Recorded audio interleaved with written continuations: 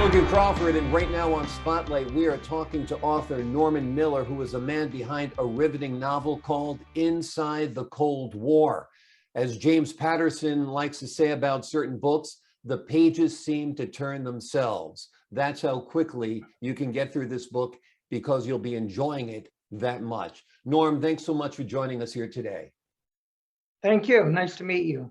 Nice to meet you as well. Now, this is a novel, but it is based in fact in history, no doubt. Tell me a little bit about the book.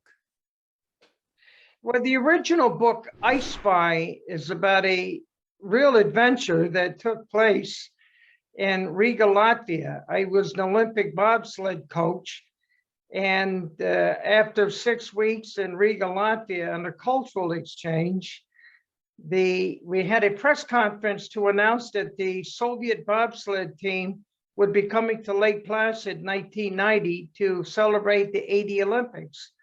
And at the end of the ceremony, a man stood up from Moscow and he made the statement, Mr. Miller, since 1940, when Russia occupied Latvia, the Latvian socialist state has never conducted business on its own without first seeking permission from Moscow.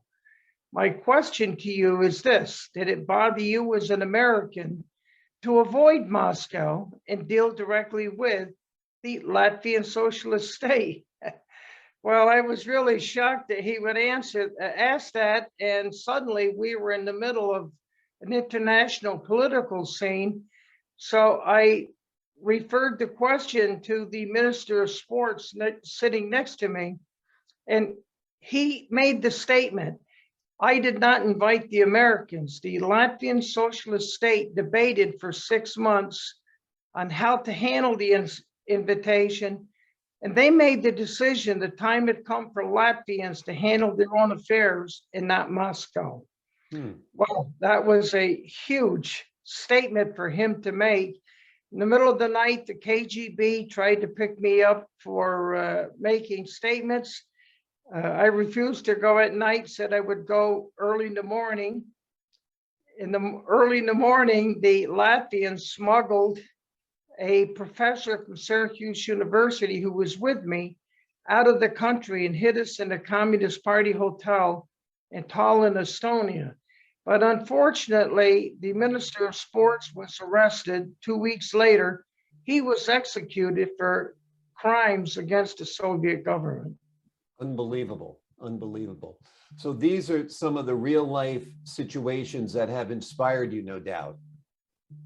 That is, and that was really the basis for the book and how it started. Gotcha. Now, you have two books, and you also have the other book, which of course is Inside the Cold War.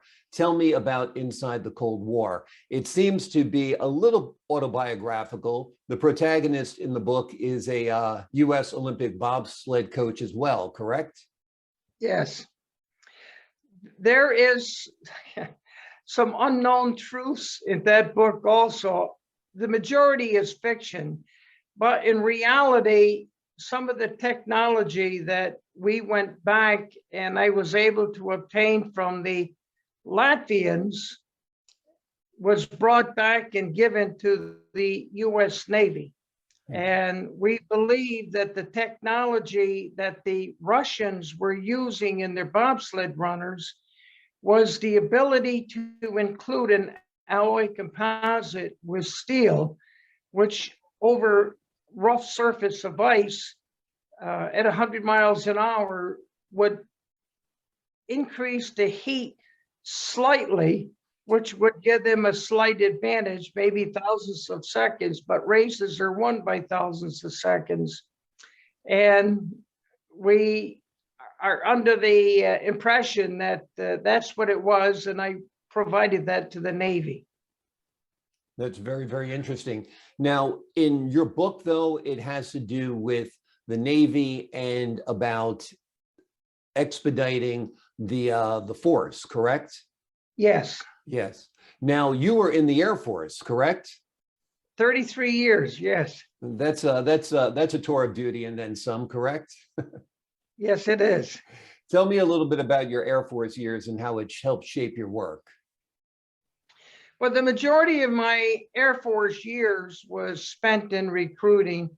And my last 10 years, I was stationed at Andrews Air Force Base in Washington, but I lived at my home in Schenectady. I'm just outside Schenectady on 100 acres of land. Mhm. And I commuted all over the United States and the world, mostly by the week. And my wife will tell you I lived out of a suitcase with a credit card. Wow. But I managed a national recruiting program for physicians for the Air National Guard. Very, very interesting.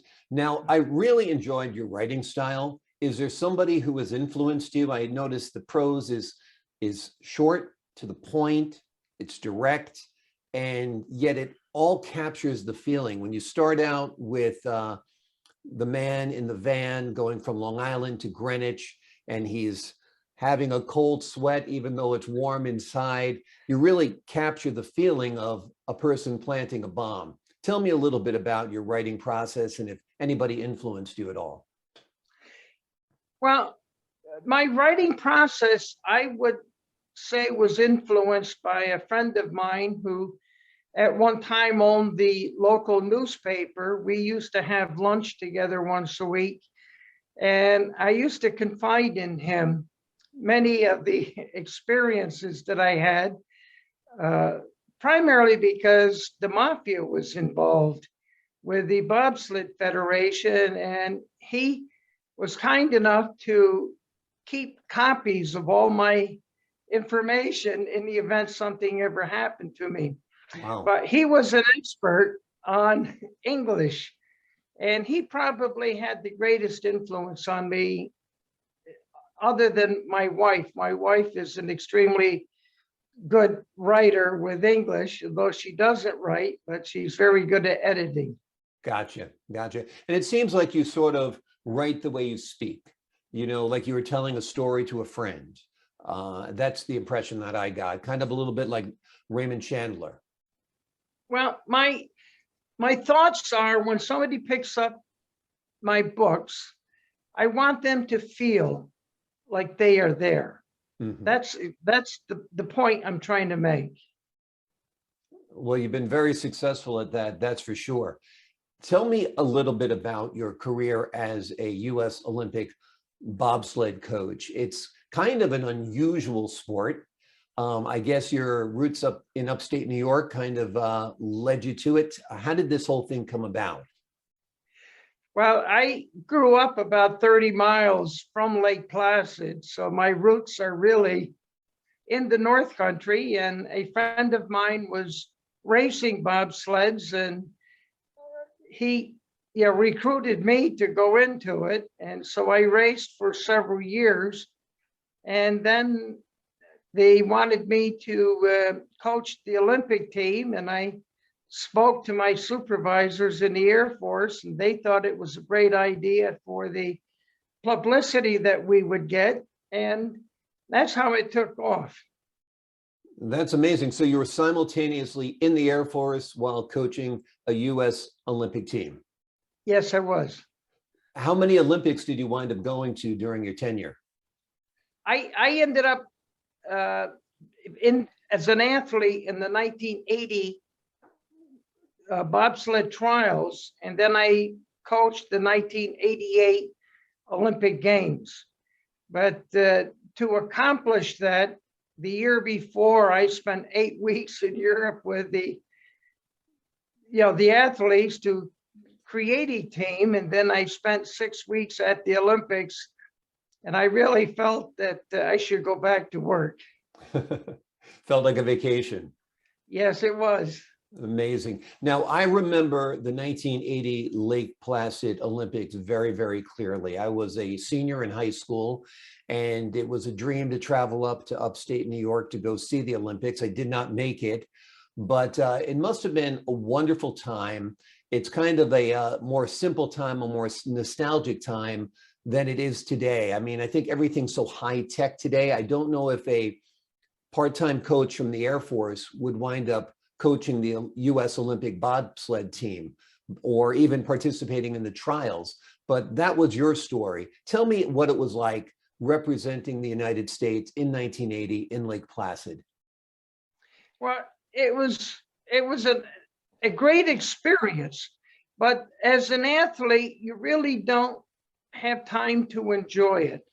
Athletes, and I assume all sports are the same. You're conditioning all the time. You're exercising. You're spending a lot of time debating on what to eat, what not to eat, and then you're working on equipment. Equipment takes up an awful lot of an athlete's time. Amazing. Now, when's the last time you actually went bobsledding? I think the last time I rode on a sled was actually in the Soviet Union. What year would you say that was? That was in 1989. Okay. Okay. When I went over to the Soviet Union on the cultural exchange, they wanted me to ride with the Olympic driver, Yanis Kapoor, for a publicity ride. Gotcha. Gotcha. Now, Russia, which after 1980 seemed to have settled down, there was the breakup of the Soviet Union and so forth, the end of the Cold War. And here we are, whatever, 42 years later, and Russia is very much a dominant world presence once again, apparently massacring people in Ukraine. Tell me a little bit about your thoughts as, you know, a member of the military and as an author on what's happening over there right now and its global impact. I'm not surprised at all. When the professor from Syracuse and I were in Riga, Latvia, on our cultural exchange, the Russian army was on every street corner, soldiers with weapons. They were arresting and executing civilians then in Latvia. So I can understand what the Ukrainians were going through prior to, during the buildup. And when I was over there, I don't know why, but this elderly gentleman wanted to meet me, and he was a former concert pianist, and one of the Russian czars wanted him to perform for him, and he refused to do so. And they crushed all his fingers, so he couldn't even write, let alone play the piano. And I had a nice visit with him, and then he took me for a visit to the cemetery, which was located next to his son's property. He couldn't own property. He was considered a parasite. And the graves from 1940 were still dug up. And he said that they came in, they dug up all the graves, took all the jewelry out, left mounds of dirt, caskets exposed. When I was there in '89, trees were growing out of these hills of dirt. It's sad how people in other parts of the world live, and unfortunately, many people in this country don't understand what it's like to come under the rule of Russians or Soviets or socialists. We're getting a little taste of that now with some of the images that we see in Ukraine. Yes. What do you think Putin's end game is? I think he's obsessed with rebuilding the Soviet Union. And I think once he finishes with Ukraine, if he's successful, he will move on to the Baltic states. And that would be very sad.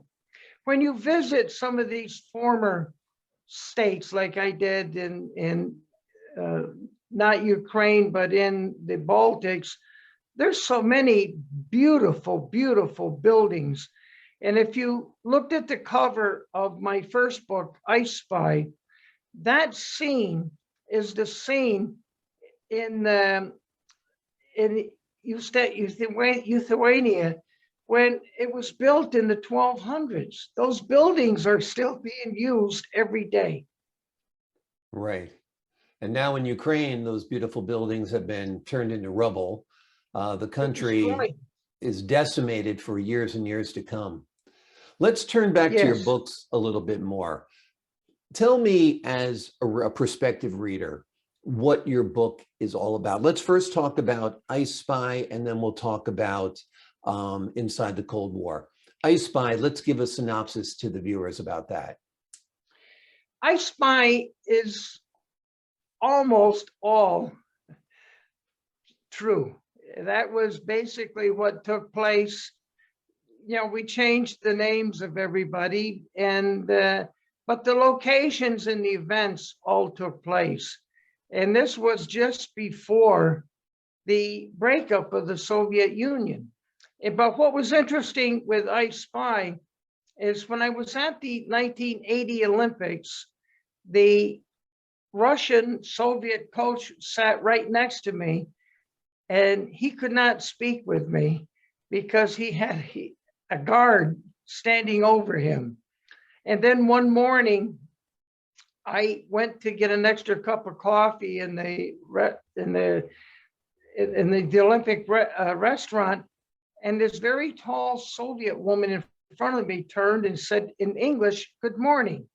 And I was shocked that she would speak to me. So I said, "Good morning." And then I asked her what her position was with the bobsled team. And she said, "Well, I'm an interpreter." So I invited her to join the professor and I, and she said, "I can't, I'm working." So I said goodbye to her and went back to my table. And moments later, she came over and she said, "The man I'm working with would like you to join us." So the professor and I went over and joined him, and he was the Minister of Sports for the Soviet Union.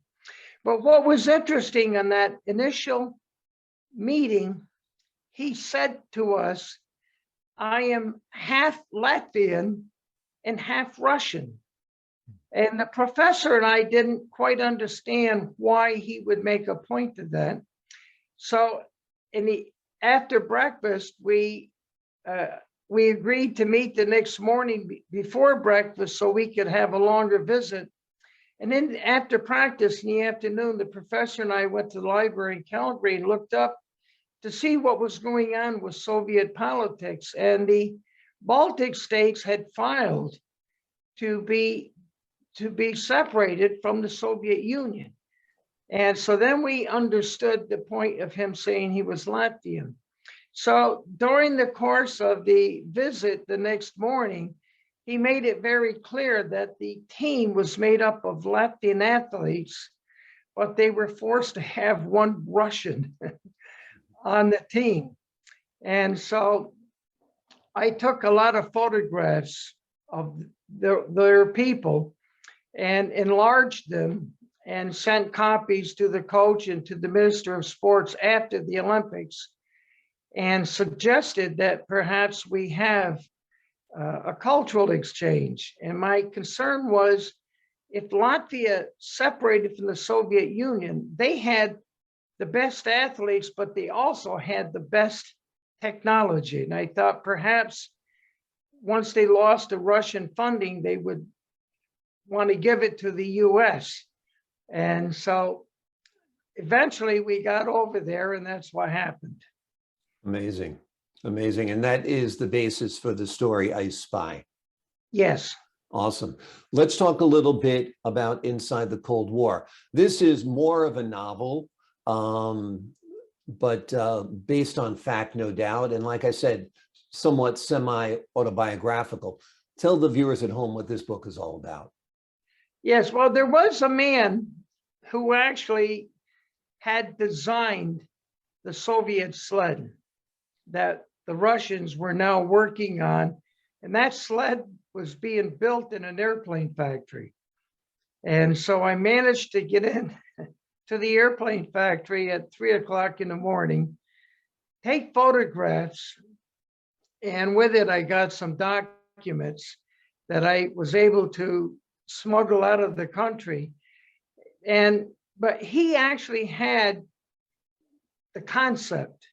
And once I came home, I discussed it with a very good friend of mine who at the time was a PhD metallurgist, mechanical engineer with GE Research and Development.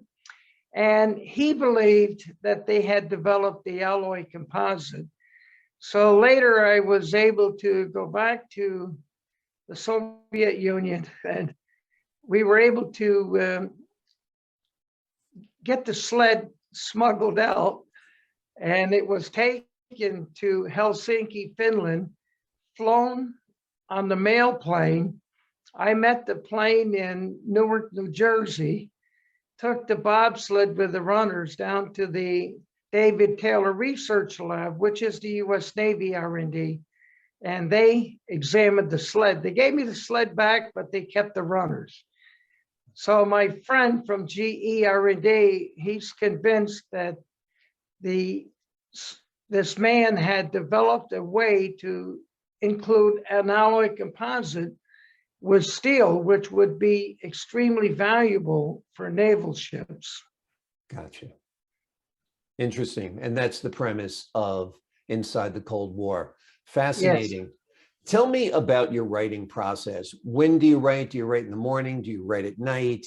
Do you write for hours on end? Or are you disciplined? You only write for a couple of hours a day? Tell me about that process. I write in the morning, and I only write for a couple hours at a time. There's been a few times when I've written longer. It depends on how the words flow. Mm-hmm. Generally, I can go for about 2 hours. Then I take a break. I live on 100 acres of land, and I love to get on my tractor and mow the fields. And when I'm doing that, my mind will roam. And that's how I come up with new ideas, or how, if I get a block, that's how I can work my way out of it. And then I think about it the rest of the day. And then in the next morning, I tend to write again. I write probably 5 or 6 days a week. Are you working on another book right now? I am. Could you tell us a little bit about that? Well, the next book is based on real experience.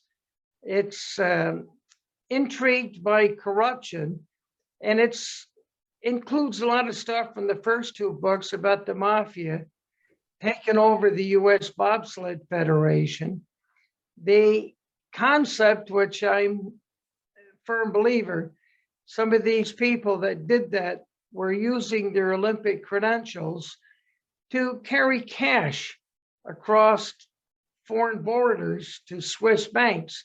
If you have a diplomatic visa as an Olympic coach or manager, you get a diplomatic visa and they don't inspect your luggage.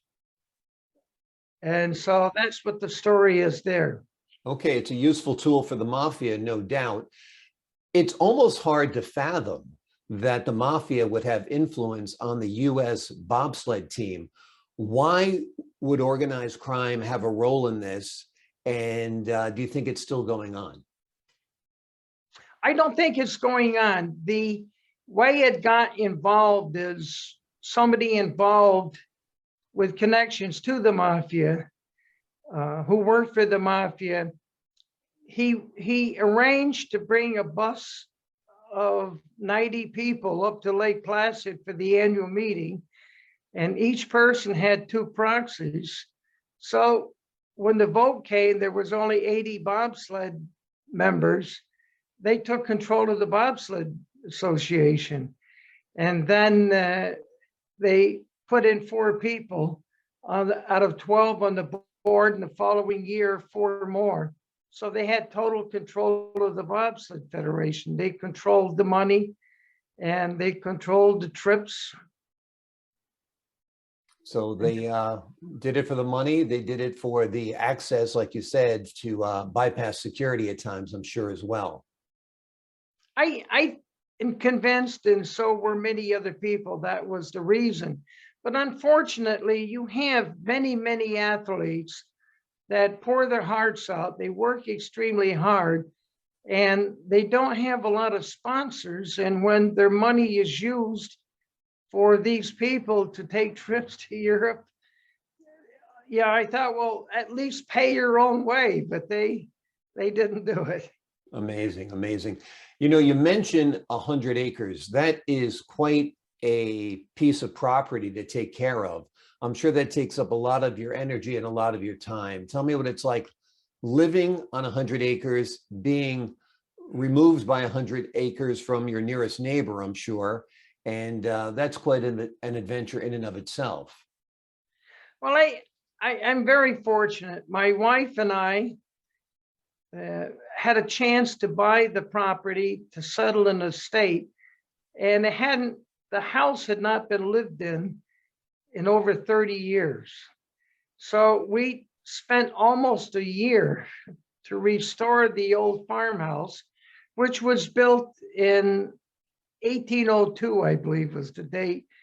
And so we raised 4 children here. It was perfect. We're 9 miles from the heart of Schenectady, and way out in the country. So our children were able to play in the woods and in the fields and do all sorts of things that are good for children rather than on a city street. So we've enjoyed it. Absolutely. We've been here since 1970. Absolutely. I'm sure it's beautiful. I recently, during the pandemic, moved to a farm myself, which is 10 acres, but yours is 10 times that size. The 10 acres alone keep me busy. So I really admire the fact that you can do that. Let's talk about your books again. If you were to cast these as a movie, and they have a lot of action, I could see them being turned into films. Tell me who you think would play the key roles if you were a casting director and were casting certain actors in certain parts. I really, I really couldn't tell you. There would be something of old, like Clint Eastwood would be an action person that would play into it. But I don't know the modern movie people that would be able to do it. But they're certainly full of action. Absolutely. And that's what I love about your work. It's very, very visual. You really get an idea of what that scene is like when you're reading about it. Yes, I visualize what people can see, and I think about what I did see. And it's interesting. For example, I mentioned the cover of IceSpy is the street in Tallinn, Estonia. And we had many, many scenes like that we were able to produce.